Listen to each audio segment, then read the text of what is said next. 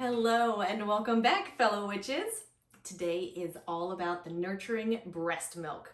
We're going to be focusing on natural remedies that help your breast milk supply as well as give it all of the wonderful nutrients that you want to give to your wee one. Now let's start with coconut date bazungas. These are wonderful treats for you as well as the new lactating people in your life. And with all of our ingredients set in front of us, let's get started. You're going to want to begin with 1/3 cup of peeled raw almonds that you have soaked overnight.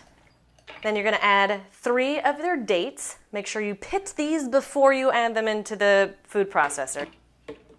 Next, throw in 1/3 cup of shredded coconut, 1 tablespoon of coconut oil, and I like to use my hands because afterwards it makes a lovely hand moisturizer. Next, you're going to want to add 1/4 teaspoon of fennel. You don't need a lot of fennel seeds to help with your breast milk supply. And lastly, you're going to want to add 1 pinch of salt. We're going to throw on the top of our food processor. You're going to just want to pulse lightly until to a point where you just have to pinch it and it will stick together. Perfect. Now, if yours doesn't quite hold together like a nice bazunga would, all you have to do is add in a few more dates. Add in as many as you want. It's not going to make that big of a difference. And once you're done and you have the consistency that you want, go ahead and set this aside and we're going to go toast some quinoa. Go ahead and pour your quinoa into the pan. Spread it around a bit. And you're going to toast it by listening for it to pop. And you'll start to smell that it smells a bit nutty as well.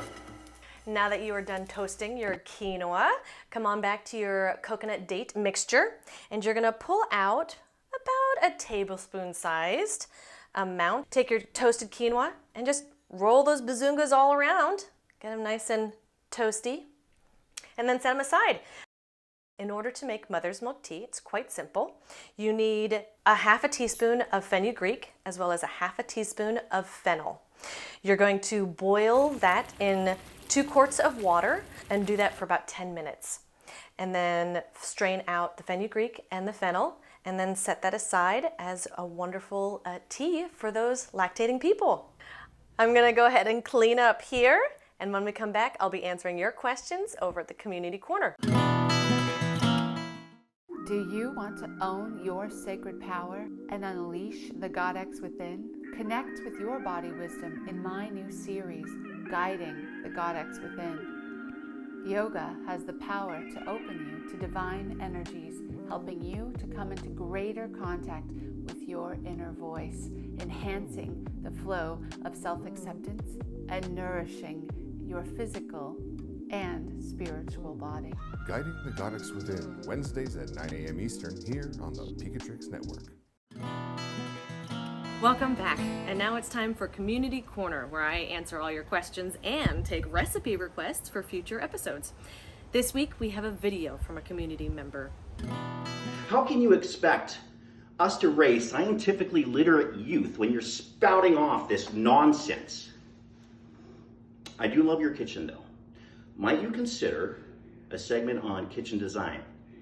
I think that seems a little bit more worthwhile for a woman. Leave the medicine to the doctors and the men. Thank you for your comments, Greg. With respect, I disagree.